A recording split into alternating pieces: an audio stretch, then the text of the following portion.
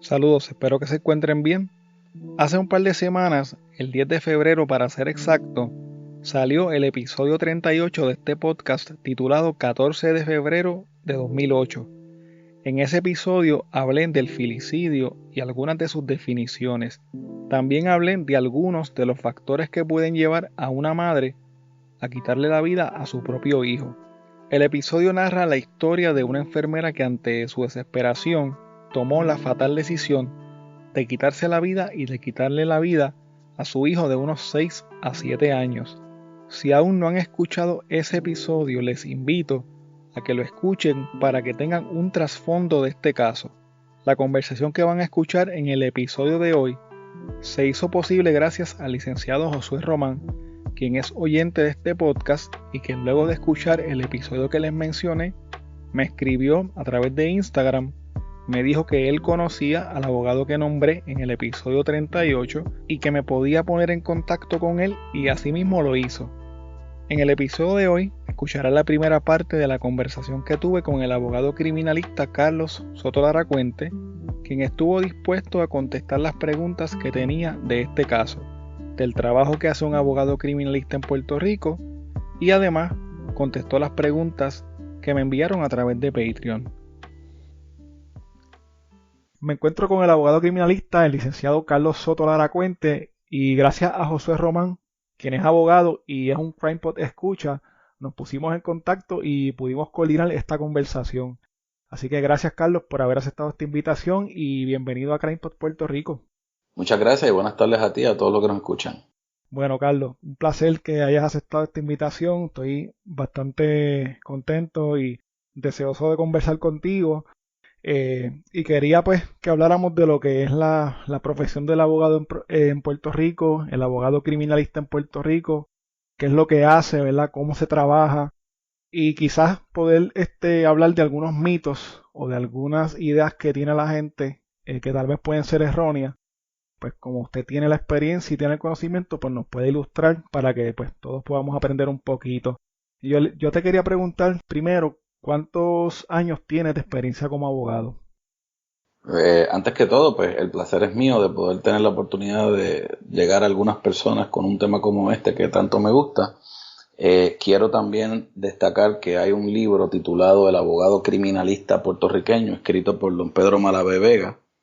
Don Pedro ha escrito sobre 15 libros, pero hace como 4 años escribió un libro que se titula Como Menciones y recoge no solo un listado de los abogados que él entiende son más notorios en estos asuntos, sino también hace una trayectoria, un recorrido de varias décadas sobre el impacto que ha tenido los abogados, algunos casos importantes y cómo esto mismo que estás tocando. Así que para ir entonces a tu pregunta, yo tengo 17 años de experiencia en donde gran parte de los asuntos que he atendido han sido casos de naturaleza penal. Perfecto. Y sobre el libro que mencionaste, Carlos, que sepas, ¿verdad? Está disponible en librerías locales, se puede conseguir por Amazon. Pues mira, si está por Amazon o no, pues desconozco. Yo sí sé, porque me consta que está en la librería El Candil, es una librería que está en Ponce, y que incluso el profesor Malavé Vega frecuenta. Es muy buen libro. Y allí me consta que está, donde en adición a ese lugar, pero sí está en las librerías puertorriqueñas, se llama El abogado criminalista puertorriqueño. Pero no tengo certeza si está en Amazon. Yo lo tengo porque él me lo dio, y vi que lo tienen en el Candil, pero presumo que debe estar en la mayoría de las librerías locales.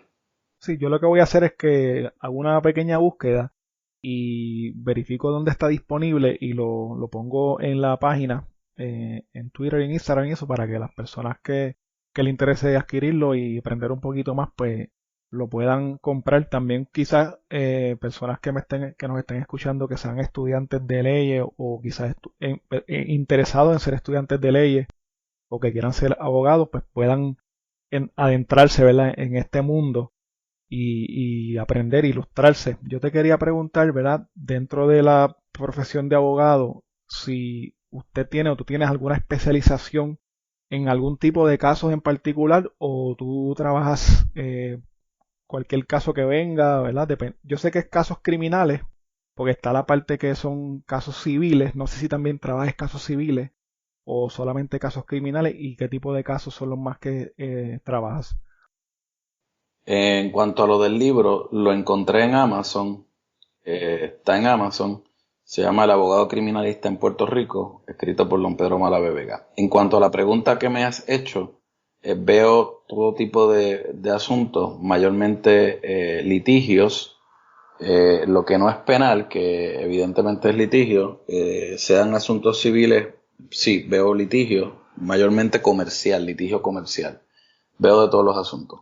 Detrás de la profesión, muchas personas tienen un fin, tienen un propósito. ¿Qué te motivó a querer ser un abogado criminalista o a ser un abogado en general? Bueno, inicialmente yo quería ser abogado. Yo, yo quería ser abogado. Desde que yo me acuerdo era muchacho, que te preguntan qué quieres hacer, yo quería ser abogado. Por un consejo de un abogado, amigo de mi papá, me dijo que estudiara contabilidad porque necesitaba hacer un bachillerato antes de ser abogado. Y si estudiaba sociales o alguna otra carrera que no tuviera mucha demanda independientemente de ser abogado y eventualmente no me convirtiera en abogado, que pudiera aprovechar esa carrera anterior y poder vivir de ella. Me pareció una gran cosa y estudié contabilidad, incluso trabajé en contabilidad y me ha servido de mucho porque muchos de los litigios tienen que ver con asuntos financieros y evidentemente ha sido de muy bueno para mí. Entonces estudié un bachillerato en contabilidad, luego estudié Derecho.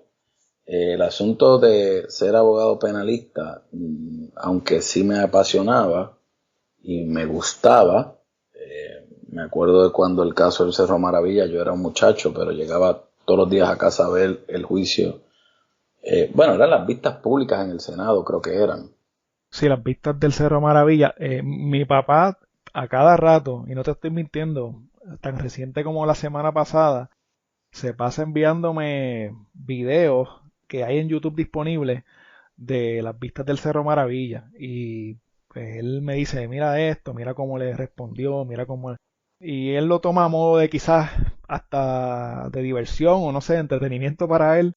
Pero sí sé de mucha gente que veían esas vistas, algunas personas que la veían en vivo y yo pues que no, soy un poquito más joven pues a través de los videos de YouTube las he visto también. Para mí era entretenimiento. Yo llegaba de la escuela y lo que había en la televisión, por no hacer las asignaciones o por no estudiar, lo que había en la televisión era el canal del gobierno. Y el fiscal era muy bueno en ese caso. Entonces, pues yo pasaba horas viendo esas vistas. Luego de eso, el caso de O.J. Simpson fue un caso que seguí muy de cerca y leía el periódico y veía toda esa, le daba seguimiento a los asuntos de los juicios penales y por casualidad de la vida, cuando me gradué, mi primer trabajo hay un abogado de Jayuya, amigo de mi papá, que falleció ya, Fran Delgado, me recomendó para trabajar con Chiro Canjiano y con Pablo Colón. Y Pablo, yo acababa de graduarme, Pablo Colón Santiago, un abogado de Ponce, muy buen abogado, excelente abogado, me dio mi primera oportunidad de trabajo, comencé a trabajar con él y él tenía una cartera importante de asuntos penales, así que me tocó comenzar a atender asuntos penales desde mi primer día de abogado. Como cuestión de realidad, supe de haber pasado la reválida por una llamada de la secretaria a sala. Yo estaba en Ponce viendo un juicio en la sala 506 presidido por el juez Anglero, donde estaba acusado un señor que se llama Pedro Colón Pérez.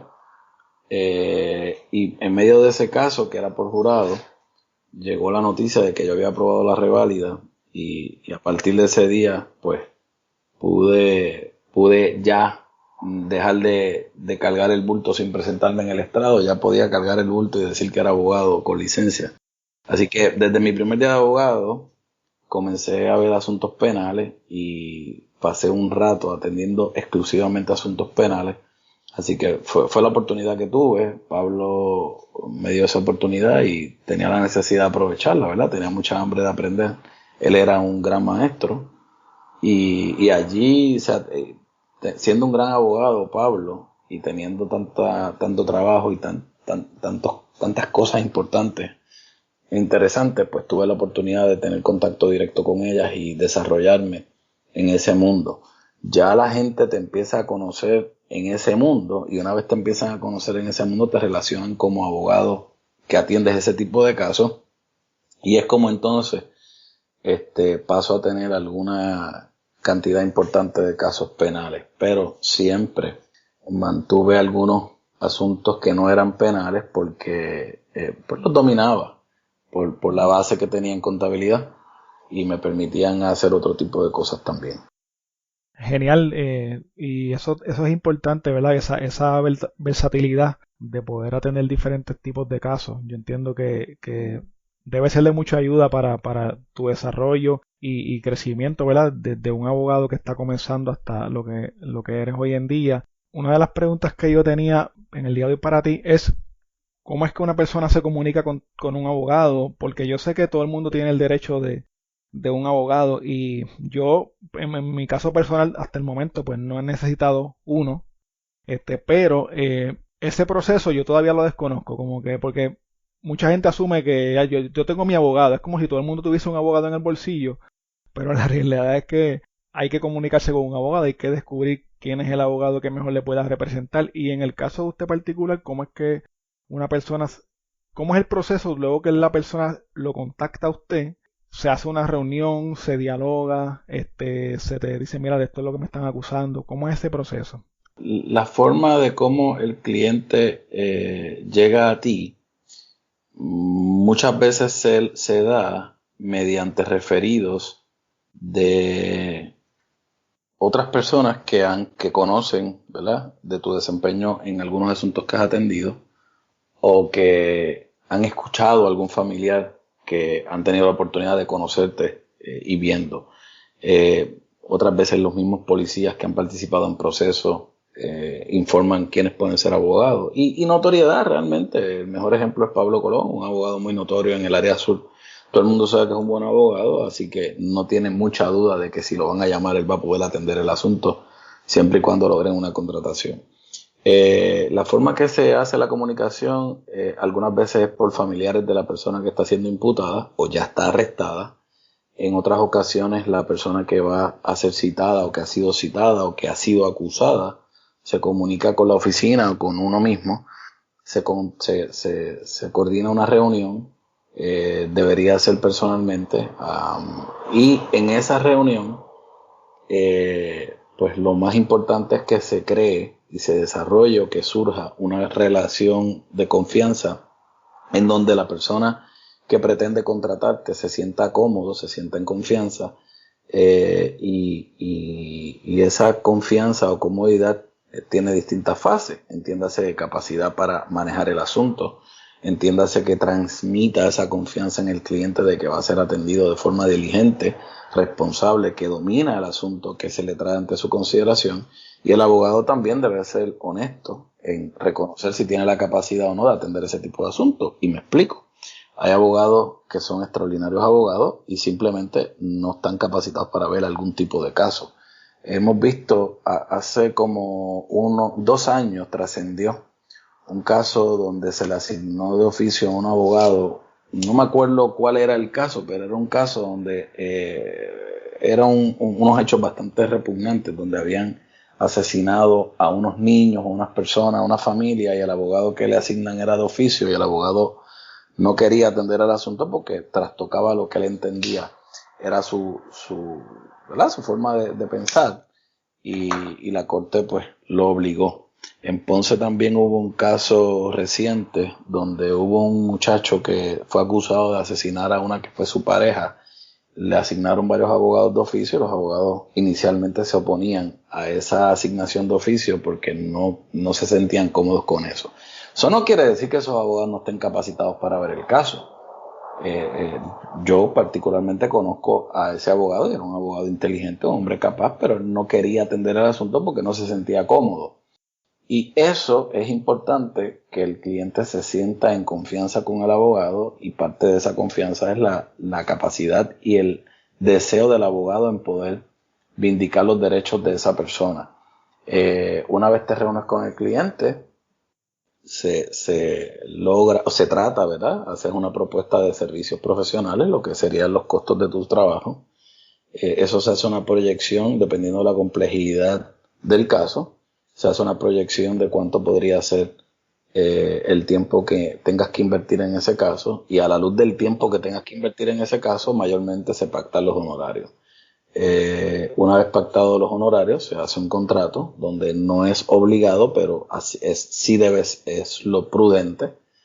Se hace un contrato, y en ese contrato, una vez se hace ese contrato, nace una relación abogado-cliente, donde se le informa al tribunal que ha sido contratado para representar a esta persona en los trámites de esa causa que se pretende perseguir en su contra.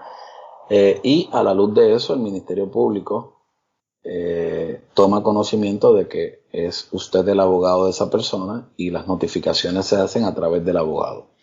El abogado tiene la obligación de mantener informado a su cliente de cualquier tipo de incidencia que surja en el caso. Comunicaciones que parezcan ser trascendentales o no deben ser notificadas al cliente. Y notificada no es que se haga una carta diaria con un resumen. La notificación puede ser con una llamada telefónica, ¿verdad? Evidentemente, cuando se trata de cosas importantes, a uno le gusta tener la evidencia de que sí se lo notificó al cliente, y lo hace por escrito, correo electrónico.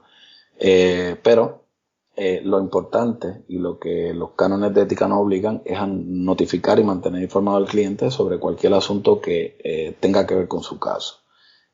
Así las cosas, mientras esa relación no se afecte, mientras la confianza persista, el abogado va a seguir siendo abogado de esa persona. ¿Por qué alguien dice, este es mi abogado? Bueno, pues porque usualmente ha tenido experiencias donde te ha utilizado como abogado y le ha resultado positiva la experiencia, y esa persona informa que cualquier asunto que tenga en términos legales, llamen a este abogado, o este es mi abogado, porque confía en esa persona cuando se trata de atender sus asuntos penales en este caso. No es que lo tengan en el bolsillo, pero sí se da el asunto donde la familia X fue algún día donde el abogado Y, y el abogado Y resultó ser muy buen abogado, muy responsable, cumplió lo que se supone que hiciera, y la familia dice, mira, el abogado de nosotros es fulano de tal. Este tipo atiende nuestros asuntos, nos conoce como familia, confiamos en él, es una persona de respeto y un profesional, así que llamemos a fulano de tal. Y si ese abogado es como yo, que ve asuntos penales y civiles, pues ese abogado, cada caso es independiente, individual, y tiene distintas implicaciones, pero ciertamente va a ser la primera opción de esas personas cuando llaman a ese abogado, o llaman a ese abogado como primera opción para ser considerado la persona que van a contratar.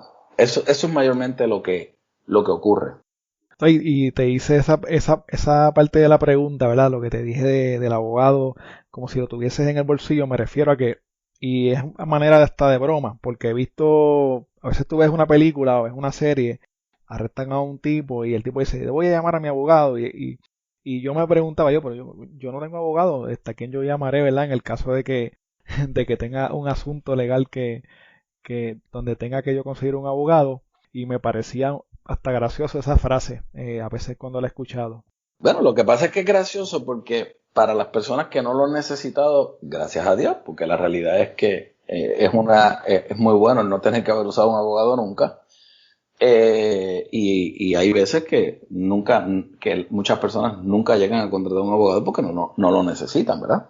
Pero un ejemplo de algo que ocurrió ayer, que yo estaba pensando precisamente en eso que me acabas de preguntar. La esposa del Chapo Guzmán fue arrestada en Virginia. Entonces la primera pregunta es, ¿a qué abogado va a llamar ella? Pues simplemente va a llamar a los abogados que fueron abogados del Chapo Guzmán, presumo yo, ¿verdad?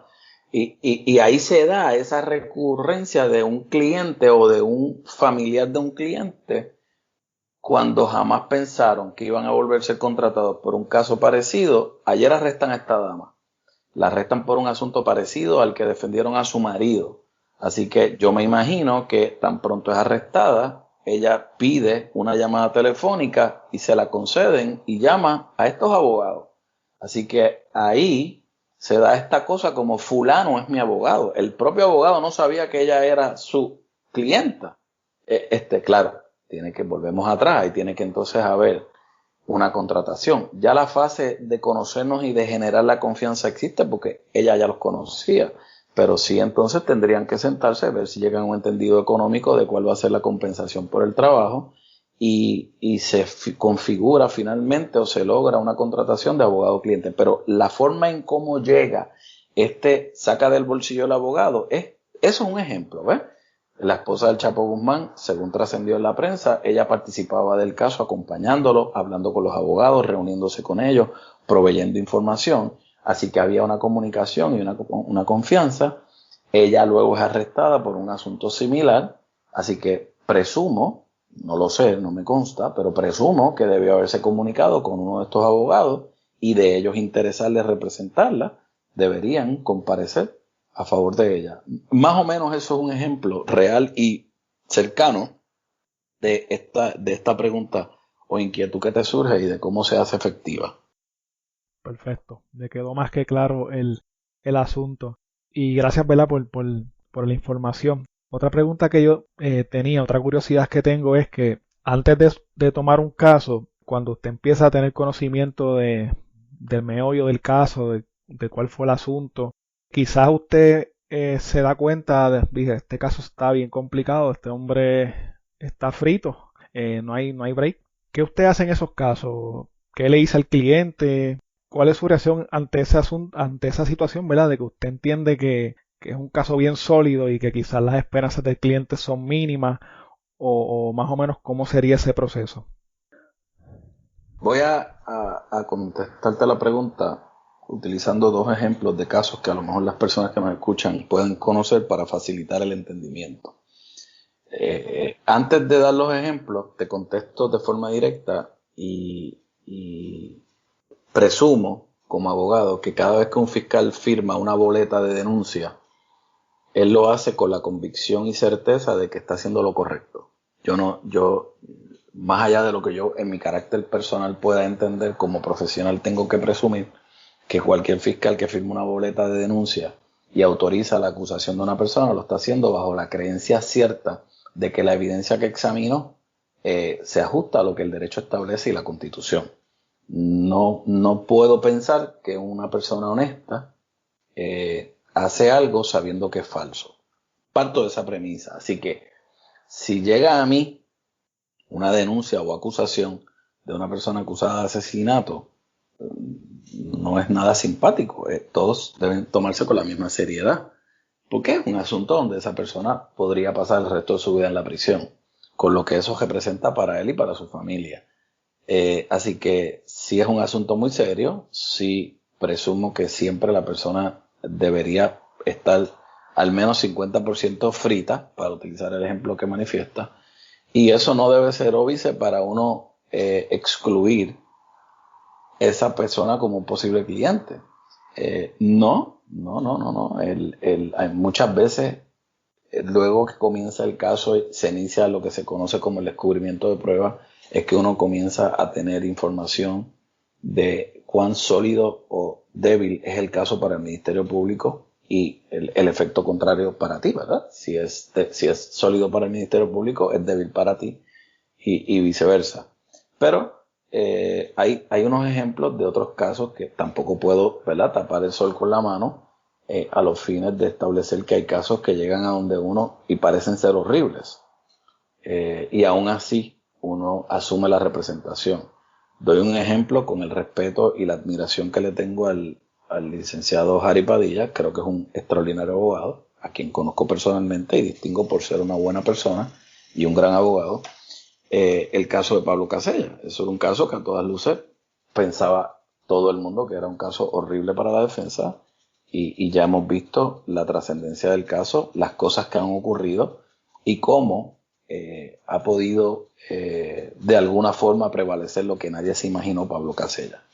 Otro ejemplo que doy es el caso de Melania de Jesús, un caso que tocaste en un podcast anterior. Y es que la portada del periódico el 14 de febrero era que una madre asesina a un hijo y hace unas manifestaciones de admisión en el cristal de su casa, donde nadie que no fuera ella tenía acceso, por lo que el mundo entero entendía que ella estaba admitiendo que le había quitado la vida a su hijo. Y yo creo que nadie podría pensar que es un caso bueno para la defensa cuando la propia acusada alude a haber hecho unas manifestaciones que podrían incriminarla en la comisión del crimen. En adición a eso, es muy poco probable que alguien quiera quitarle la vida a un niño de 9 años.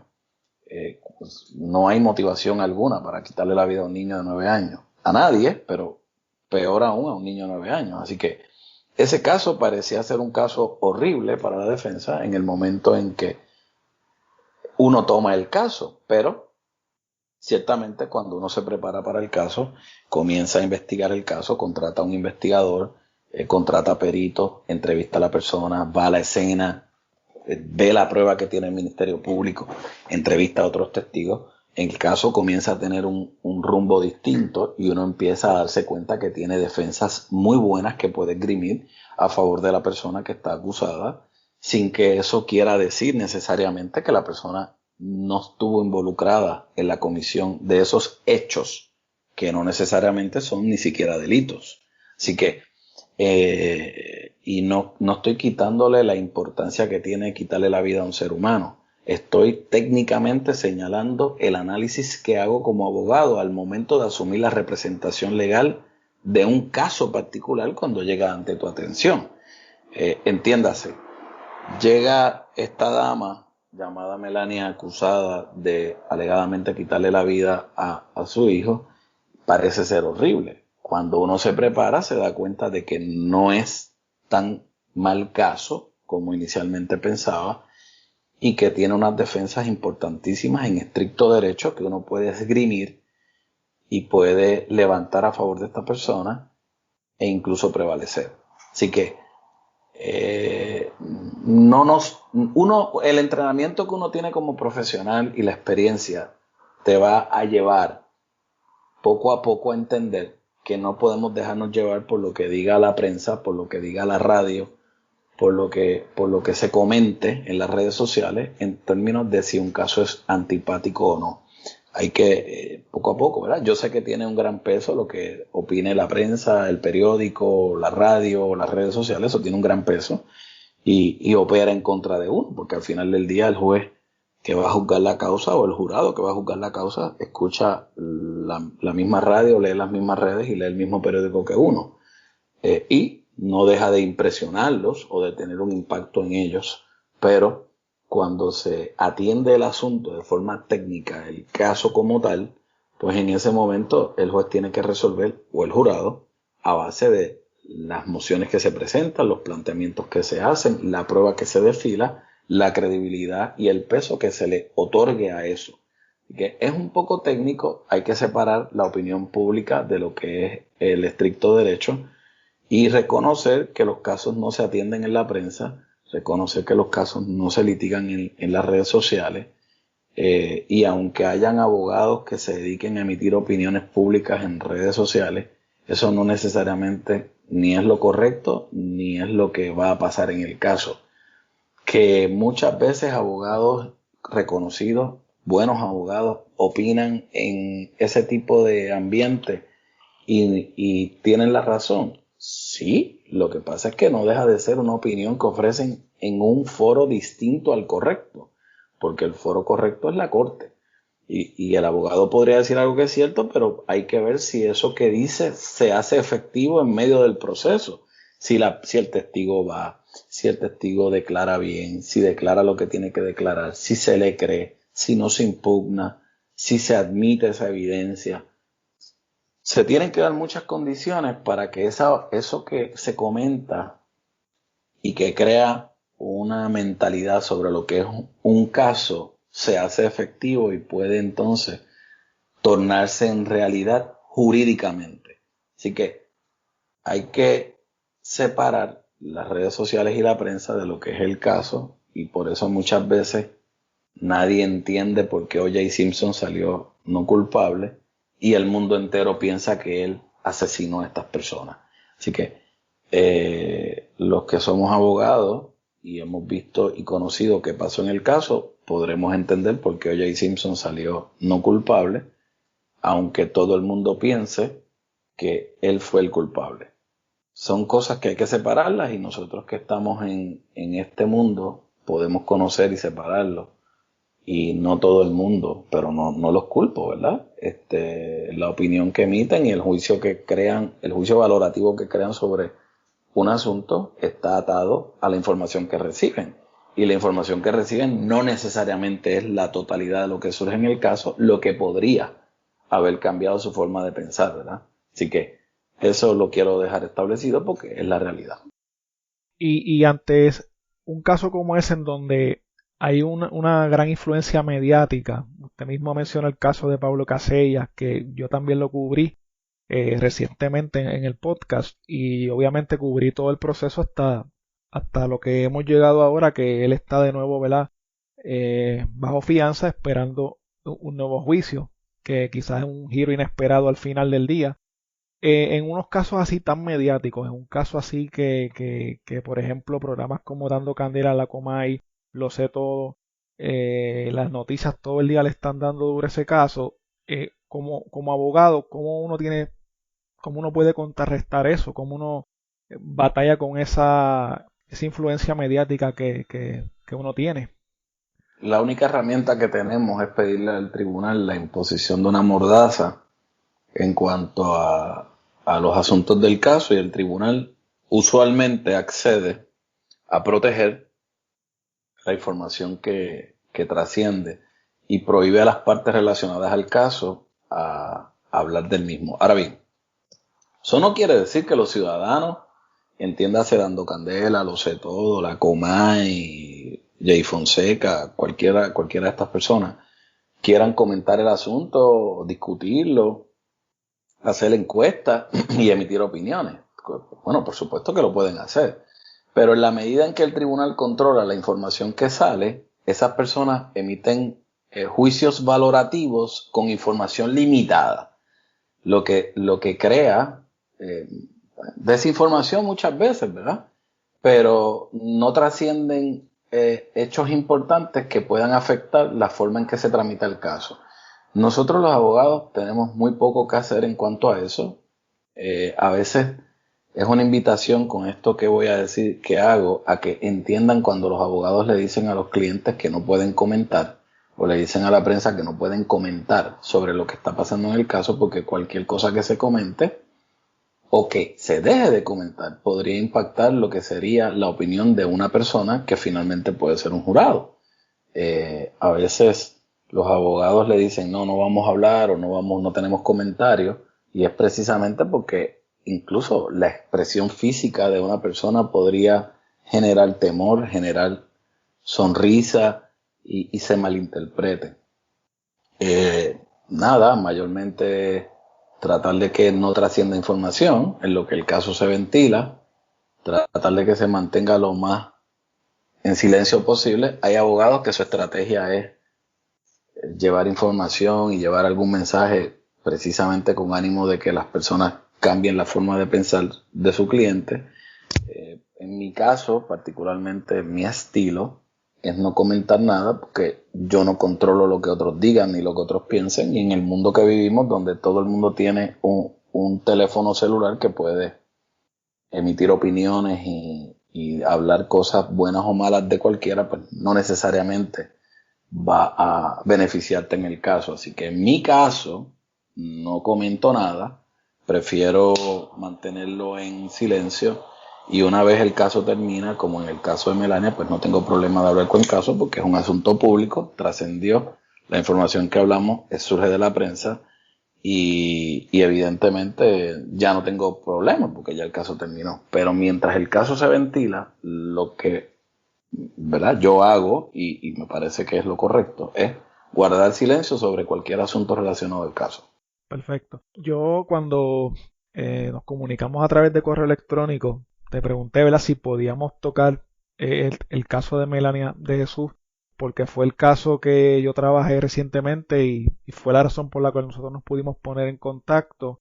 Y pues mi preocupación cuando Josué, ¿verdad? Un abogado que te conoce a ti personalmente, me dijo, mira, yo conozco a Carlos, él fue el abogado de Melania, yo te mencioné a ti en el caso, ¿verdad? Por nombre y apellido, porque pues, estaba en los reportes de prensa que yo pude conseguir sobre el caso y dije, wow, habré dicho algo yo que no estaba correcto o habré metido la pata en algo de la información y esa preocupación pues me llevó también a preguntarte, ¿verdad? Y que nos dijeras qué información que no salió a relucir sobre este caso te cree que es importante o se debería conocer, ¿verdad? Porque muchas veces la gente no entiende lo que pasó aquí, solamente ven el titular de la prensa, ¿verdad? El 14 de febrero y demás. Y no ven, ¿verdad? El meollo del asunto, las implicaciones que hubo. A ver si usted me pudiese comentar un poquito sobre eso, si es posible.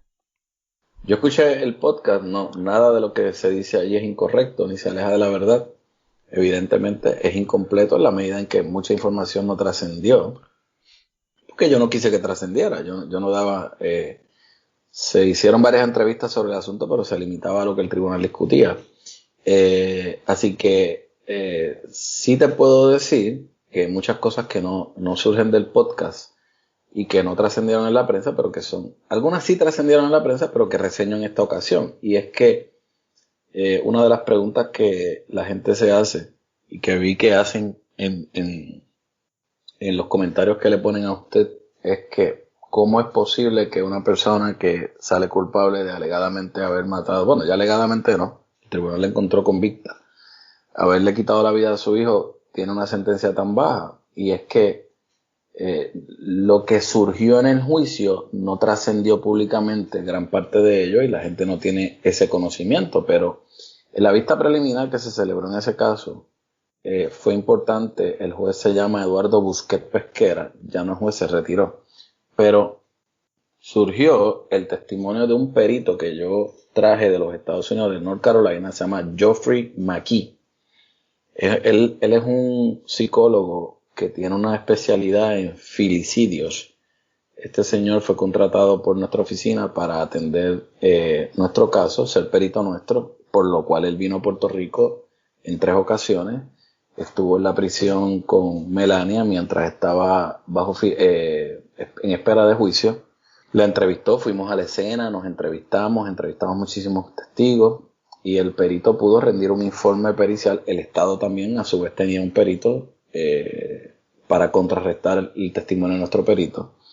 Y pudimos arguir algunas defensas que provee la regla de procedimiento criminal, en este caso la regla 74 de las reglas de procedimiento criminal, donde yo alegaba que esta dama no conocía la criminalidad de sus actos. Ella sí sabía lo que iba a hacer y no tenía la menor duda de que le estaba quitando la vida a una persona, pero ella en ese momento de los hechos no entendía que eso era un crimen.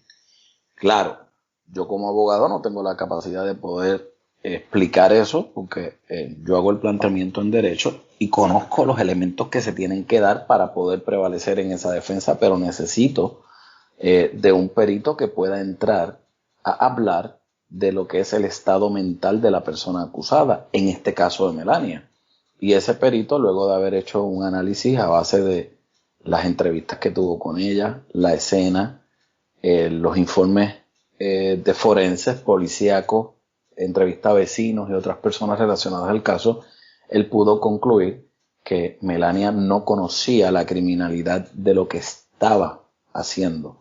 Evidentemente es un problema de salud mental que presentaba en ese momento. Él estableció que ella tenía una condición en el momento de los hechos y eso limitaba su capacidad de entender que estaba cometiendo un crimen. Es importante señalar que para cometer un crimen de esa naturaleza, la persona que lo comete debe saber que está cometiendo un crimen. ¿Y cómo uno no sabe que comete un crimen? Cuando su estado de salud mental no lo permite. O sea, esa persona tiene un problema de salud mental. Hay problemas de salud mental transitorios y otros que son permanentes o que duran más tiempo unos que otros. No necesariamente al momento de los hechos no conocía la criminalidad de sus actos, pero al momento del juicio sí ya estaba consciente de lo que había pasado y sí puede enfrentar el juicio. Son dos defensas distintas, se prueban de forma distinta, pero en este caso la defensa que nosotros arguimos era que ella no comprendía la criminalidad del acto, lo que la excluye de responsabilidad penal. Inicialmente, en vista preliminar, prevalecimos porque el tribunal así entendió que ocurrió.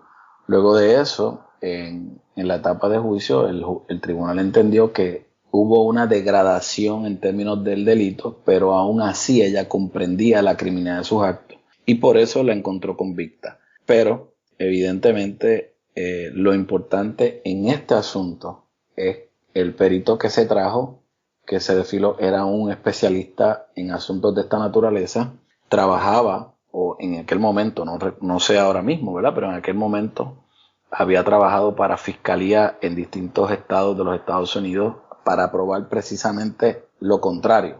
Entiéndase que la madre que había matado a sus hijos, porque había sido perito particularmente en casos donde madres habían matado a sus hijos. Es importante, este señor escribió un libro sobre filicidios y en ese caso hace una descripción de creo que 10 casos aproximadamente que él había atendido donde madres habían matado a sus hijos. Él puede describir en cada uno de los capítulos los distintos estados mentales o las condiciones que sufren esas personas cuando cometen esos delitos. Y fue el perito que contribuyó a probar o a traer nuestra teoría de defensa en el caso y así fue atendido. Yo sin ese perito poco pude haber hecho porque la realidad es que hubiera sido muy difícil para mí sin un especialista de esa naturaleza poder hacer efectivo el planteamiento. Sí, ¿no? Entiendo que es sumamente difícil el poder conseguir a un perito ¿verdad? De esta, que tenga tanto conocimiento o tanto expertise específicamente en ese asunto y sé que quizás no todos los abogados tengan las herramientas para hacerlo y en esos casos entiendo que pues utilizarán algún psicólogo local o alguna persona que esté dispuesta a testificar, pero quizás pues le dieron un peso mayor al testimonio de esta persona ¿verdad? Por la trayectoria que tiene en estos casos en específico. Esa información que me acabas de dar, Carlos, me ha contestado varias de las preguntas que yo tenía, ¿verdad? Yo le comenté a algunos de mis oyentes y colegas que también hacen podcast que iba a hacer una entrevista contigo y pues le dije que me hicieran preguntas para hacerte por si se daba la oportunidad de hablar de este caso. Por ejemplo, Manolo Mato del podcast cubano me preguntó esencialmente sobre el estado mental de ella y el assessment de su estado mental, ¿verdad? Él pregunta que si usted entendía que ella no estaba apta para que se le hiciera un juicio. Pero yo entiendo que eso usted no lo determina o usted plantea esa posibilidad. Mira, ella no está apta para juicio.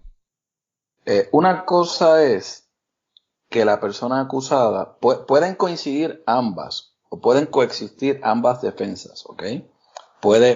Lo que voy a explicar puede darse ambas, como se pueden dar de forma independiente, o una y la otra no. Una cosa es que vamos a utilizar de ejemplo el caso de Melania. Yo arguí que ella no comprendía la criminalidad del acto al momento del crimen. Ella sabía que le iba a quitar la vida a una persona, pero entendía que eso, o no entendía que eso era un delito, o que era un acto criminal. Pero, ahí viene la otra defensa, cuando llega el juicio, ya acusada, ella sí comprendía que estaba siendo acusada por cometer un delito que era quitarle la vida a una persona. ¿Okay? El estado mental de la persona al momento del juicio era uno saludable, pero el estado mental de esa persona, bueno, saludable para enfrentar el proceso, ¿verdad? Pero el estado mental de esa persona al momento de cometer el crimen no lo era. Y por razones de respeto me reservo cuál fue el diagnóstico, aunque es algo público, pero por respeto a Melania pues me reservo el diagnóstico. Pero la realidad es que al momento de cometer el crimen, ella no estaba apta para comprender que lo que hacía era malo, pero cuando enfrentó el juicio, un mes más tarde, 2 meses más tarde, sí estaba capacitada para enfrentar el juicio, contribuir a su defensa y entender las implicaciones que tenía. Otra cosa es que la persona haya cometido el crimen conociendo lo que hacía, pero luego de cometer el crimen adviene un estado mental donde no está saludable para enfrentar el proceso, contribuir a la defensa y incluso saber lo que está pasando. Entonces, eso es otra defensa distinta, ¿ves? Y tiene implicaciones distintas. Otra sería que no comprendía la criminalidad del acto al momento de cometer los hechos y al momento del juicio todavía no está apta para enfrentar el proceso. Así que pueden coexistir ambas, como podría darse una u otra independientemente una de la otra. En el caso nuestro, en el de Melania, que es el ejemplo que he utilizado, la defensa establecida está reconocida por el artículo, por la regla 74, habla de coartada y de estado mental de 2 asuntos. Particularmente en este caso era el estado mental al momento de cometer el crimen, por lo que ella no era responsable de cometer ese crimen porque ella no sabía que eso estaba mal. Y bueno, la pregunta que se va a hacer los que no sean abogados y escuchen esto, pero ¿y cómo una persona no va a saber que matar a su hijo es algo malo? Por eso es que yo traje una persona que se dedica a eso, porque evidentemente yo soy experto en derecho, pero quien es experto en la salud mental es Geoffrey McKee en este caso. Destaco que en cuanto a el comentario y pregunta que hiciste de que es difícil conseguir un perito de esta naturaleza, es muy difícil, no solamente encontrarlo, sino que él acceda a venir a Puerto Rico y yo, estando en Puerto Rico, ser el perito y en adición a eso, poderle pagar. En este caso, se consiguió esta persona en North Carolina, accedió a venir a Puerto Rico y se le pudo pagar, pero lo más importante es que se firmó un contrato de una cantidad importante de dinero que iba a cobrar, y luego de venir y entrevistar a Melania y de conocer cómo había sido el caso, decidió voluntariamente y sin que nadie le pidiera no cobrar, renunciar al cobro de lo que él había acordado mediante un contrato. Así que finalmente esta persona, el perito nuestro, no cobró. Sí se le pagaron todos los gastos, transportación, estadía, comida, ese tipo de cosas, pero no cobró por su servicio, que era una cantidad importante de dinero, porque él entendía que era un caso que le había impactado y que se sentía bien no cobrando. Pero tengo que destacar que el Ministerio Público, por su parte, tenía un perito a los fines de contrarrestar el nuestro, que era un buen perito, una persona muy bien estudiada, había ido a muy buenas universidades, estaba muy bien capacitada, pero él en este caso trabajaba para el Ministerio Público, y fue en efecto, fue el perito contrario al nuestro, pero sí es algo difícil conseguirlo, es una complejidad no tener un perito de la naturaleza que yo lo tuve, fue una gran cosa para mí en el caso, y bueno, dificulta muchas veces poder arguir defensas o presentar defensas que prevalezcan precisamente por falta de profesionales que puedan fingir como peritos en los casos. De verdad que la historia que me comentas de Geoffrey, en las conversaciones que tuvimos anteriormente me lo mencionaste y me impresionó bastante que él pudiese quizás conmoverse, digo yo, al conocer el caso y el estado de ella y poder tomar esa decisión. Pues ciertamente él estaba convencido de que lo que iba a testificar era cierto. Él estaba convencido de que el estado mental en ese momento de ella pues no la hacía comprender la criminalidad del acto. Yo mencioné brevemente eso al principio del episodio porque conseguí una información de otro psicólogo sobre los filicidios y una de las categorías que yo menciono es esa, la madre que no comprende lo que está haciendo al momento, ¿verdad? O es la defensa que se plantea. Y yo creo que ahí me contestaste más que suficiente, ¿verdad? La pregunta de Manolo Mato. Y otra pregunta que me hizo José López, yo creo que me hablaste un poco, porque originalmente cuando una persona aquí en Puerto Rico se le acusa de asesinato en primer grado son 99 años, entonces eso se bajó a 20 años de sentencia, si no me equivoco. Y él pregunta cómo se logró bajar esa pena de 99 años a 20 años. En este caso, el caso lo vimos mediante Tribunal de Derecho. Entendíamos que la jueza Magali Galarza presidía la sala del juicio, ¿verdad? Era la mejor alternativa para nosotros ver el juicio. Y la jueza, aunque, aunque no estuvo de acuerdo con la defensa esgrimida y establecida en la regla 74, que Melania no comprendía la criminalidad de los actos, sí entendió que no se configuraban todos los elementos de un asesinato y pues vino convicta por homicidio, lo que tenía una pena de 20 años de cárcel. Así que eso es un asunto que no se cuestiona. La jueza no tiene que explicar su determinación, ni de convicción ni de absolución.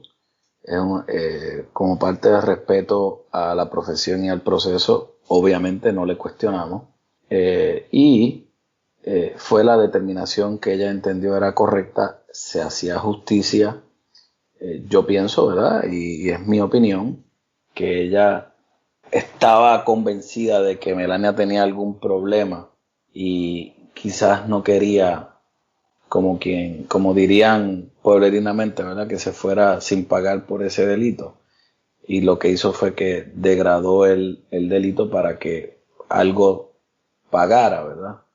Y lo digo con el respeto y admiración que tengo por la jueza, por el proceso y por la fiscal del caso. Y digo que es mi opinión porque ella no se expresó en cuanto a eso. No tiene que hacerlo tampoco. Pero pienso que la prueba que se desfiló demostraba que realmente ella no tenía una premeditación de matar a su hijo por matarlo. Ella hizo unas manifestaciones de por qué pasaba eso y la totalidad de los hechos, ¿verdad? Ella trató de quitarse su vida en múltiples ocasiones luego de los hechos y habían unas notas escritas, habían unas cartas, había una evidencia, el testimonio que se presentó en sala, por ejemplo, la maestra de salón hogar del niño habló de ella de una forma maravillosa en términos de lo responsable que era como madre. Cabe destacar que ese niño estaba matriculado en un colegio católico y la defensa, en este caso yo, utilizó como testigo de defensa la principal del colegio, que era una monja, y esa monja declaró a los fines de establecer que Melania era una madre muy responsable, abnegada y que atendía muy bien y se preocupaba por su hijo hasta el día antes incluso de los hechos. La maestra de salón hogar igual, la comunicación que había en el colegio, ella se quedaba en el colegio hasta que el niño comiera en el colegio. Y estaba prohibido que los padres se quedaran en el comedor y le llamaban la atención en múltiples ocasiones porque ella no se quería ir del lado de su hijo hasta que él comiera. Y era muy responsable en términos de buscarlo, de hacer sus tareas, la comunicación con los maestros. Así que hubo muchos elementos que no necesariamente trascendieron en la prensa que demostraban que esta persona era una madre responsable, que atendía a su hijo de la forma adecuada, y lo que resultó eventualmente con el delito o con los hechos que terminaron siendo por lo cual terminó siendo acusada, contrastaban grandemente con lo que era su comportamiento previo a los hechos. Así que todo este tipo de cosas que surgieron en el juicio y que muchas de las personas no conocen, llevaron evidentemente a la jueza a entender que las cosas no se dan en el vacío y que esta dama no estaba emocionalmente bien al momento de cometer el delito. Así que a esos fines entiendo que fue la determinación del tribunal de degradar el delito de asesinato a uno menor con la implicación de una sentencia mucho menor.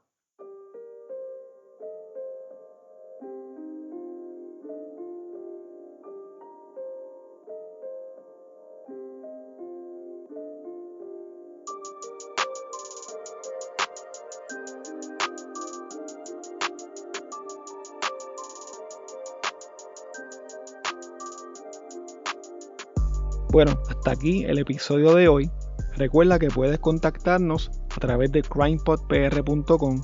Síguenos en Facebook, Instagram y Twitter como CrimePodPR, en donde estaremos subiendo contenido relacionado a los temas con los que vamos a estar trabajando y sobre noticias de casos criminales principalmente. Recuerda también suscribirte a este podcast en tu aplicación favorita para podcast y compartirlo con las personas que conoces. También puedes apoyarnos a través de patreon.com/CrimePodPR, en donde vas a tener acceso al contenido que utilizamos para poder hacer las investigaciones, como por ejemplo documentos, enlaces, fotos adicionales a las que subimos a las redes, videos, análisis de los casos, entre otras cosas que vamos a estar añadiendo poco a poco.